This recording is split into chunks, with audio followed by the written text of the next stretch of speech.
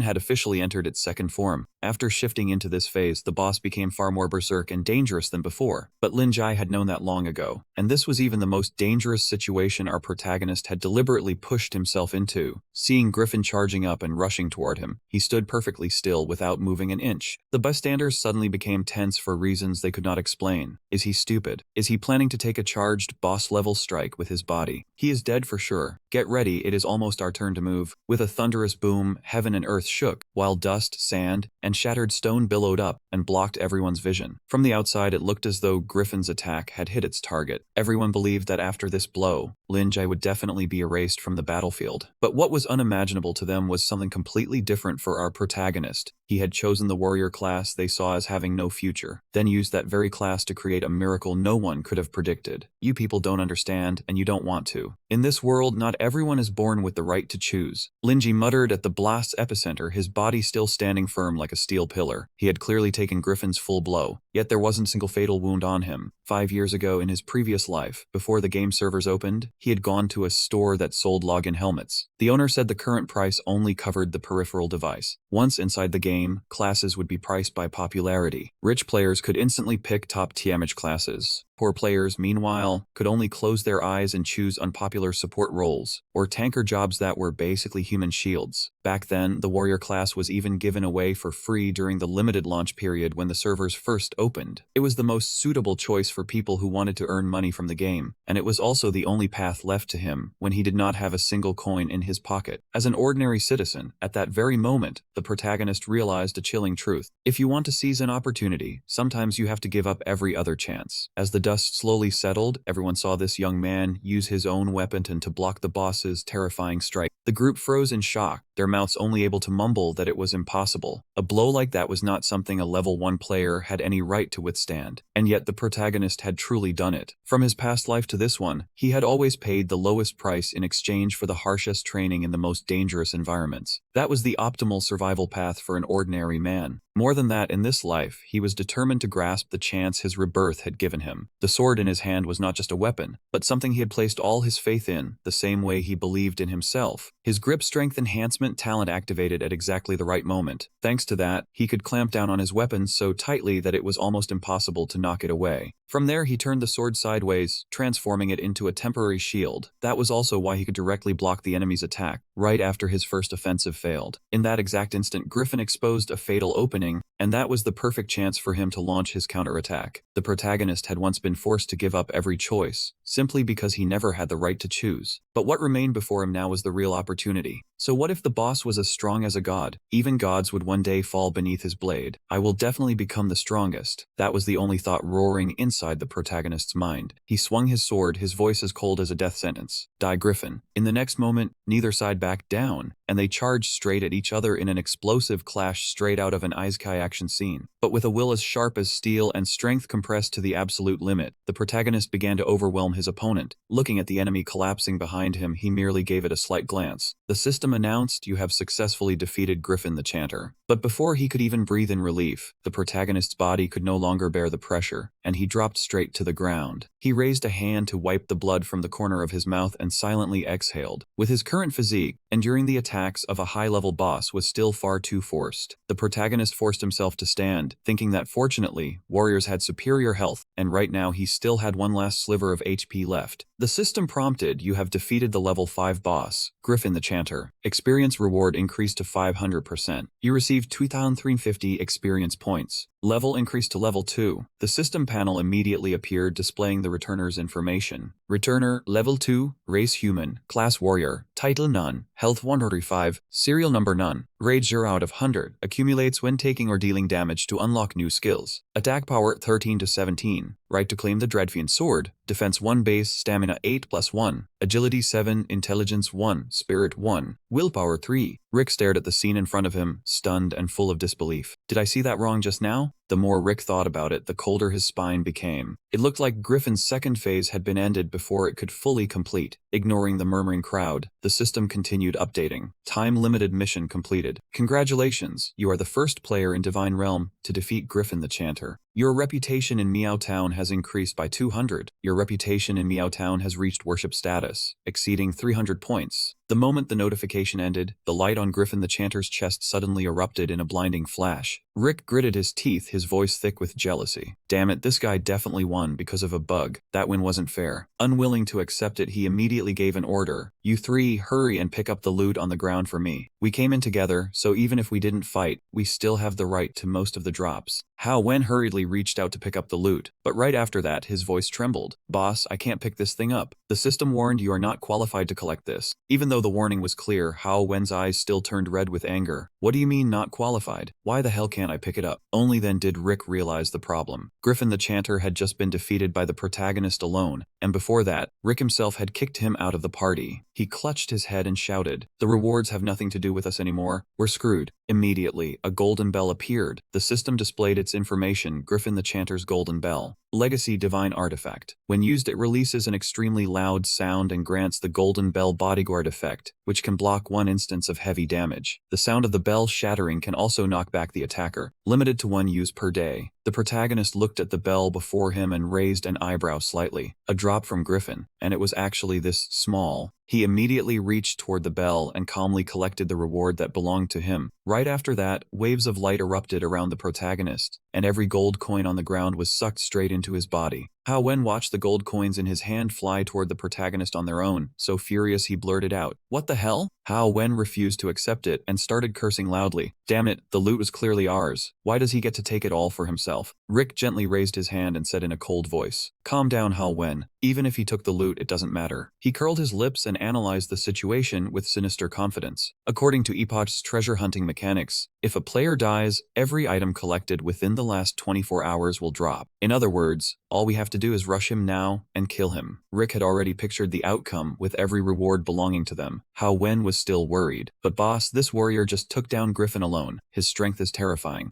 Chi, standing beside them, sneered, "What are you scared of? This guy is badly wounded, and his health is down to just 3%. As he spoke, he opened one eye, and the system immediately announced the use of Eagle Eye. Chi stroked his chin, his voice certain. "As long as we land one strong enough attack, we can send him straight to the death screen." Rick drew his blade and ordered the whole group, "Brothers, all of you switch on PvP mode." Today, the protagonist had the fate to enter this dungeon, but not the fate to walk out alive. The whole group immediately advanced quickly toward him, while the young man remained calmly standing in place. Protagonist was still silently calculating. Killing just one boss had earned him 100 copper coins, not to mention a pile of valuable alchemy materials. Looking at the copper coins in the system, he thought to himself that one copper coin was currently worth 12,000 yuan, meaning tonight's total had already reached 1.2 million yuan on the auction market. Today was truly a massive haul. Rick stood behind him, his voice dripping with mockery. "Congratulations, you gullible idiot. You finally proved you have a little skill." The protagonist merely turned his head and answered coldly, "You betrayed our cooperation agreement and kicked me out of the party on your own. Sorry, but it's too late now, Rick." He wagged his finger, pretending to be innocent. "We believed in your strength, so we chose not to interfere. Look at that, you really did clear a 5-person difficulty mission all by yourself. Impressive." Then Rick revealed a smile full of schemes. "For that achievement, we should get at least some credit too, right?" Immediately, a red warning panel appeared. "System warning, you have suffered a fatal wound." The protagonist spat out a mouthful of blood. The system prompted, "Before returning to a safe zone, maximum health is temporarily reduced by 90%. All attributes were reduced by half at the same time. Rick laughed coldly in satisfaction. "We've already figured out your condition. Everything ends here." He narrowed his eyes, and his voice turned dangerous. "Remember this well, the ones cooperating with you are the notorious Villains Delight Guild. Our principle is simple." Rick finally exposed his true nature completely. "If we kill monsters, we also kill people. If we cooperate, we're always ready to betray." Chi stood behind them with his bow raised, while Rick's smile grew even more smug. "And what about you, warrior?" He pointed straight at the protagonist, his voice full of greed. "It's time for you to cough up everything you have." The protagonist calmly watched the glowing arrow cut through the air beside his hand, and his mind instantly recognized it as the hunter skill Eagle Eye. Watching the arrow bury itself into the pillar behind him, he immediately judged the situation. This skill greatly increases accuracy, making it almost guaranteed to hit in an open area. He deliberately shot wide to threaten me. He did not bother with pleasantries. He looked directly at the group and asked bluntly, "What exactly do you want?" Rick acted generous, but his words were shameless to the extreme. "Simple. Not only all the loot from Griffin the Chanter, but also the wooden club in your hand and the clothes on your back. Strip and hand everything over to me." He pointed at the protagonist and arrogantly stated his terms. "And if you kneel down and beg, we might consider not killing you." Rick was both arrogant and vicious as he continued laughing coldly. "But I want you to leave here naked, so everyone can see you at your most humiliating." He seemed almost deranged, laughing loudly as he mocked him. "A naked warrior, a dirt poor loser, thinking you can climb up just because you got lucky and hit the boss's weak point. In reality, you're still just a stupid dog at the bottom of society, dreaming of crawling to the upper floors." After hearing that, the protagonist felt like he had just listened to a joke. He gave a faint cold snort and said, "If you've already gone this far." He tightened his grip on the weapon in his hand, his voice ringing out like a roar. "Then of course I refuse.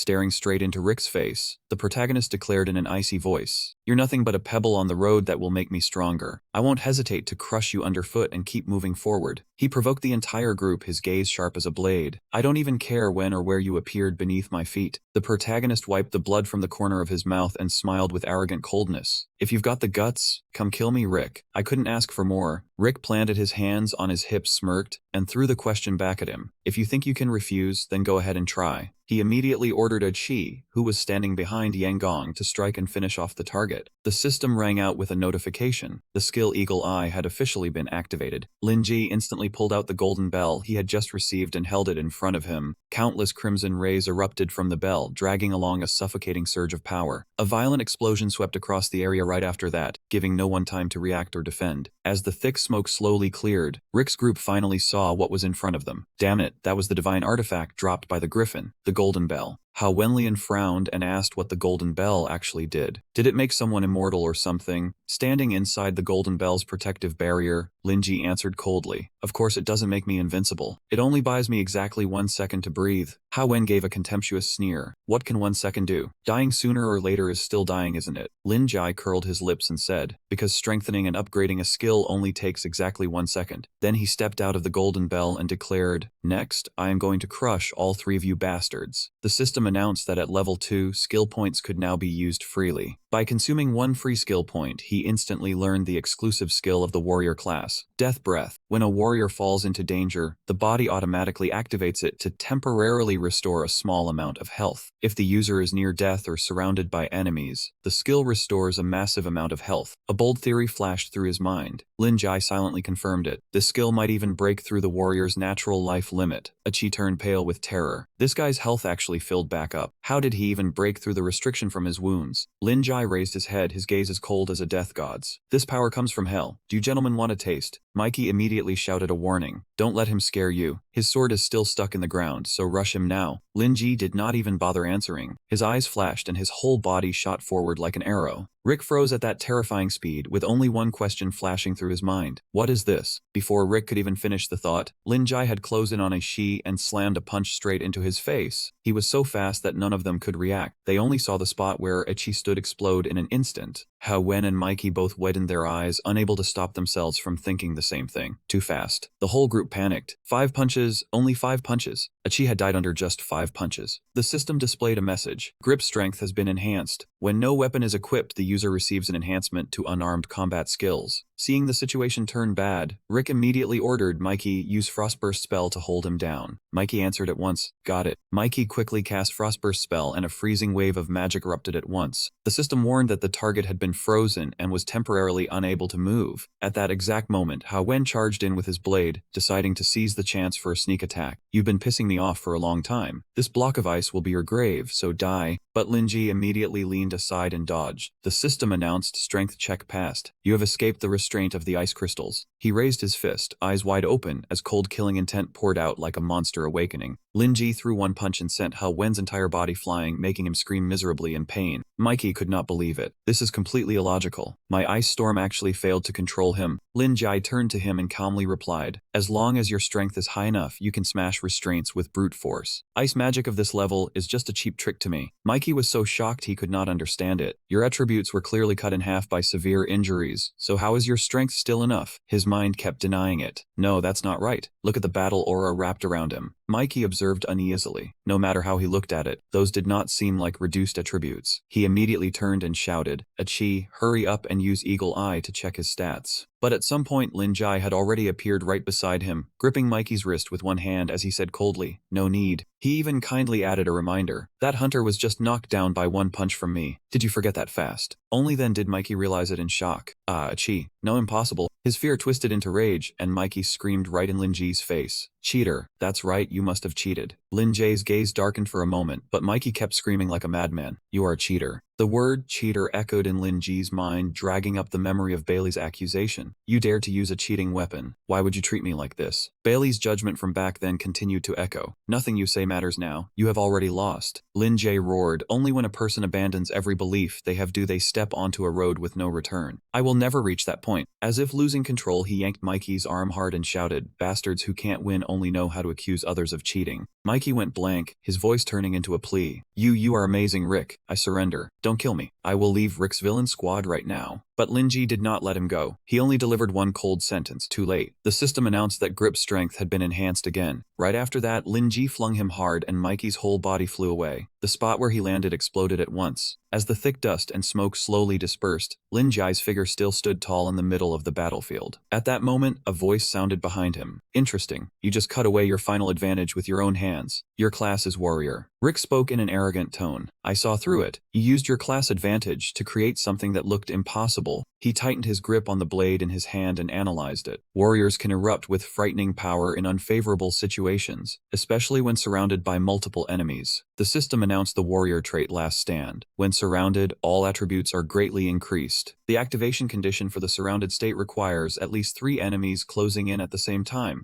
Rick said slowly, the surrounded state needs at least 3 enemies to activate. Now it's only me, so your last stand is useless. All your little tricks end here. Linji did not panic at all. He simply replied, that's right. Then I will openly send you back to town with one sword strike. Rick immediately activated his enhancement and said with contempt, looks like you still don't understand the current situation. I am an assassin, a class specialized for PK. My one-on-one combat ability is enhanced, so clearly I am the one with the advantage now. You are dead. Rick was extremely smug and shouted straight at Linji, now I am going to take your worthless life. The moment he finished speaking, he shot forward with killing intent and explosive power. Linji looked at the enemy in front of him and silently assessed him. The assassin's trait is exploiting weaknesses. Any body part struck will gain 1 added layer of debuff. He quickly analyzed it. The most dangerous attack targets the head, because it inflicts a blindness debuff that makes later attacks miss more easily. A hit to the arm disarms, a hit to the torso causes bleeding, and a hit to the leg causes crippling. He understood his own weakness very clearly. As long as he was hit once, a chain of debuffs would quickly stack up. Rick kept swinging his blade, but Linji dodged every strike. Rick sneered, your movement is pretty good. Even holding such a bulky sword, your speed can still keep up. Rick had the situation figured out and kept threatening him. But close combat is my home field. Once an assassin's strike lands, even a graze will leave you dizzy from the constantly stacking buffs. Rick's face darkened, his voice full of killing intent. Dodging is useless. Before long, you will kneel and beg me to grant you an easy death. But Linji still did not lose his composure. Instead, he suddenly realized a crucial point. He instantly seized the opening, knocked Rick's sword away, and widened the distance between them. Rick was forced back several steps, shocked inside. Even with his attributes cut in half, his destructive power is still this terrifying. The warrior's innate strength advantage really cannot be underestimated. But Rick quickly reassured himself, it's fine. As long as I drag out the fight, you are definitely the one who dies. Linji's eyes lit up as he cursed him directly. Who wants to drag this out with you, idiot? He used an extremely fast movement technique and charged straight at Rick, facing the revival stone alone as he said coldly, repent. Rick's eyes went wide and he had no time to react to Linji's sudden burst of power. This is bad. He only saw himself standing naked in the middle of the revival stone circle, his mind still completely blank. Rick stood frozen in place, unable to understand what had just happened. Did I already revive at the revival stone? The system announced you have been killed by that warrior. The death penalty has been applied. Your level has dropped from level 3 to level 2, and all attributes have decreased. Hearing familiar laughter behind him, Rick turned around in panic. What the hell does this mean? He cursed furiously, what do you mean by this? You dare laugh at me? Achi hurriedly reminded him, boss, your clothes and equipment have all been stripped clean. Linji had just seen the system pop up a notice about the Monkeykin's treasure looting mechanic. When a player died, every item picked up within the last 24 hours would drop. Achi shouted that it definitely had not been 24 hours yet. After hearing that, Mikey was even more stunned, asking what the hell that meant. Rick instantly cursed, damn it, that bastard humiliated me in front of everyone. Just wait, this thing between me and him is not over. Over on this side, the protagonist calmly said that last sword strike had only sent Rick's body back to town. But why had all his clothes dropped too? How when had just come to when he clutched his head and groaned in pain. Good thing he was afraid of pain and had dumped everything into defense, or that one hit would have sent him flying back to town. Where did everyone go? Right after that, he saw the protagonist standing silently ahead of him, and Hao Wen's entire body instantly went rigid. He hugged his blade tightly, trembling as he backed away, then yelled a threat. Don't come over here, stay away. I'll stab you to death. But the protagonist only spoke politely, asking him to take Rick's clothes back and return them to him. Standing behind him, the protagonist's voice remained calm as he added, and while you're at it, tell him that if I run into you people again. In that instant, icy killing intent erupted from the young man. I will kill you until all your levels drop back to 0, and only then will I stop. Hao Wen shook like a leaf, hurriedly turned his head and nodded again and again. Got it, I got it. But the moment he met those eyes, his pupils shrank, and his body trembled even harder than before, as if Rick himself were being swallowed by terror. His face twisted, and his cheeks puffed out like he was trying to force something back down.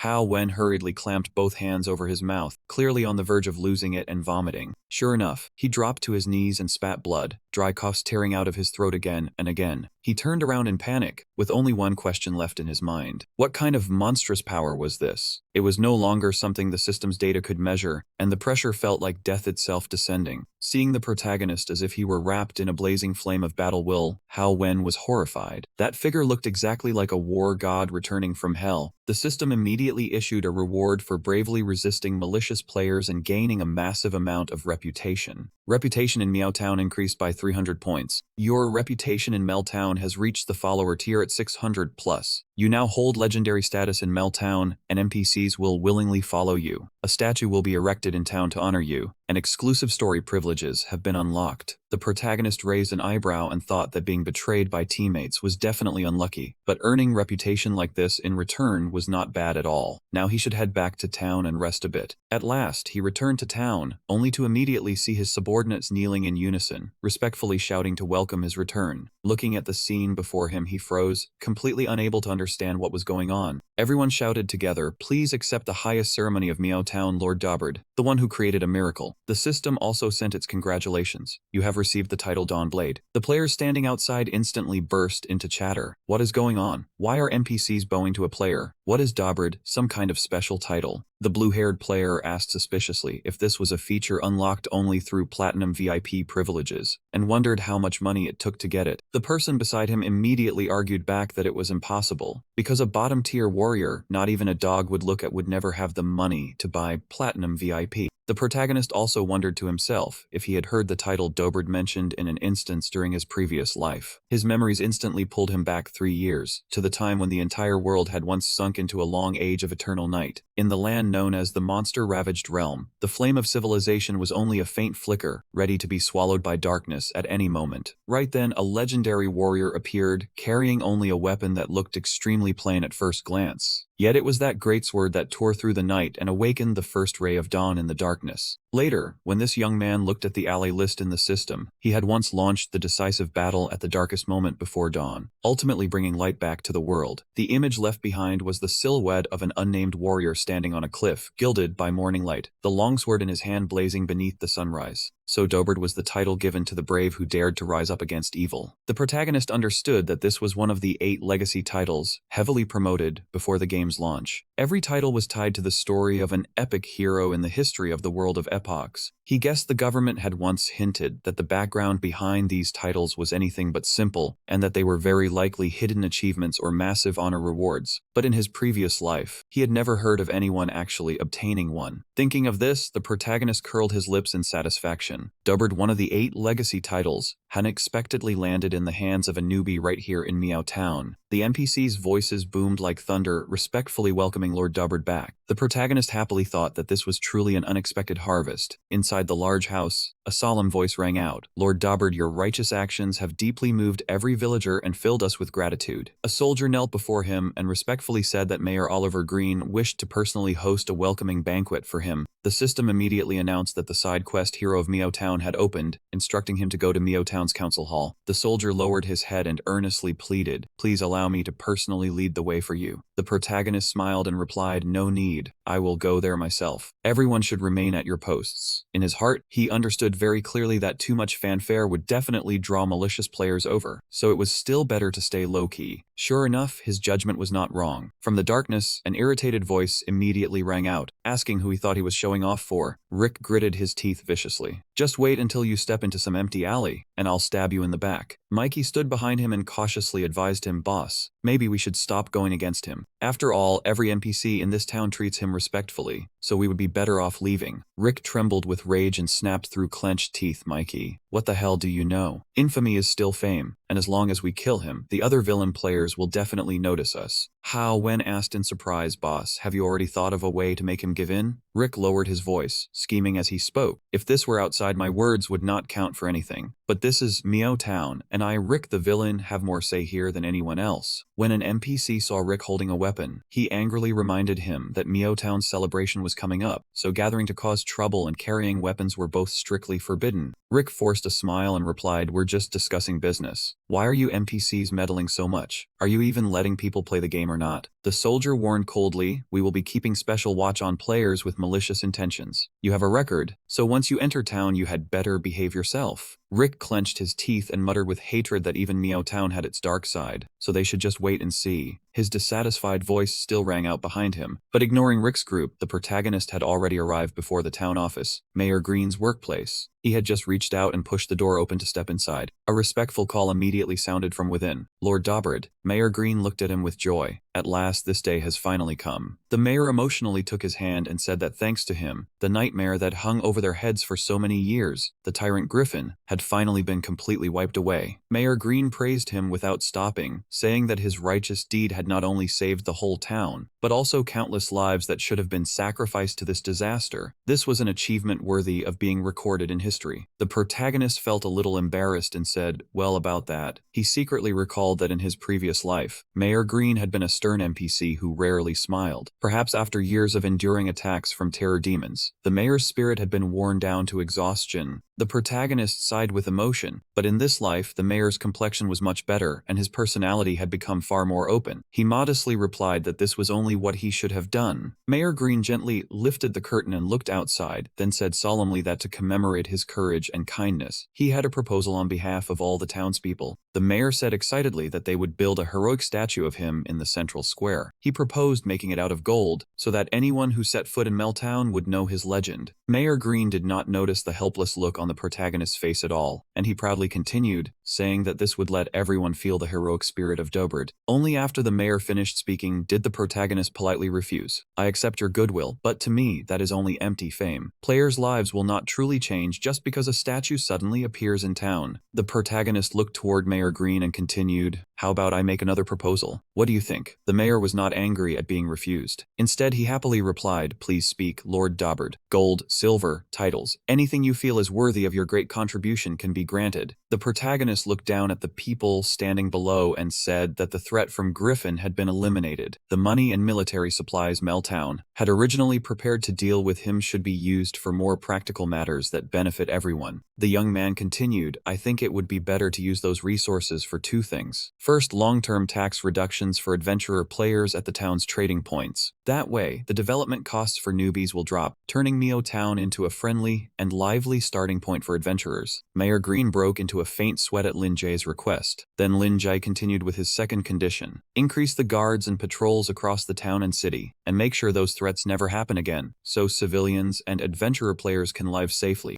Deep down, he was shaken. He had met countless otherworld players who only chased fame and power, but he had never seen one who truly considered the welfare of other beginners. Mayor Green nudged his glasses up, forced himself to stay calm, and said, my lord, your kindness and vision fill me with respect and shame. Then we shall do as you wish. I will issue the order at once. A massive system panel suddenly appeared before every player. Town-wide announcement. Starting today, all services in Melktown will receive a permanent 50% reduction in taxes and fees. This policy is meant to welcome all new adventurer players and better support the beginning of their journey. Right after the announcement, the whole town exploded with cheers. What, half off for real? Which godlike big shot just did something this good? That must have cost a fortune. Now we won't have to worry about affording potions. Thank you, boss. Long live Meow Town. Mayor Green trembled with emotion as he looked at the result before him. He bowed gratefully and said, my lord, you have brought a true dawn to this little town. Such courage leaves me utterly convinced. After that, he took out a key, solemnly presented it to the protagonist, and said, this is a small personal token from me. Please, you must accept this gift. Mayor Green explained, this is an abandoned two-story house on the outskirts of town. It is rather simple, but the location is quiet, with a view of the windmill and wide fields. From now on, this bronze key and the land use certificate will belong to you forever, so please accept them. Mayor Green said sincerely, as mayor, I sincerely invite you to settle in Meow Town and own a true home here. The system immediately sounded a notification. Congratulations, you have become the first player in Epoch to own personal real estate. The system continued to display. The place overlooking the windmill, your legendary status in this town, has officially been carved into history. Looking at the notification, the protagonist's eyes widened at once, and shock surged through his heart. Land ownership in Epoch.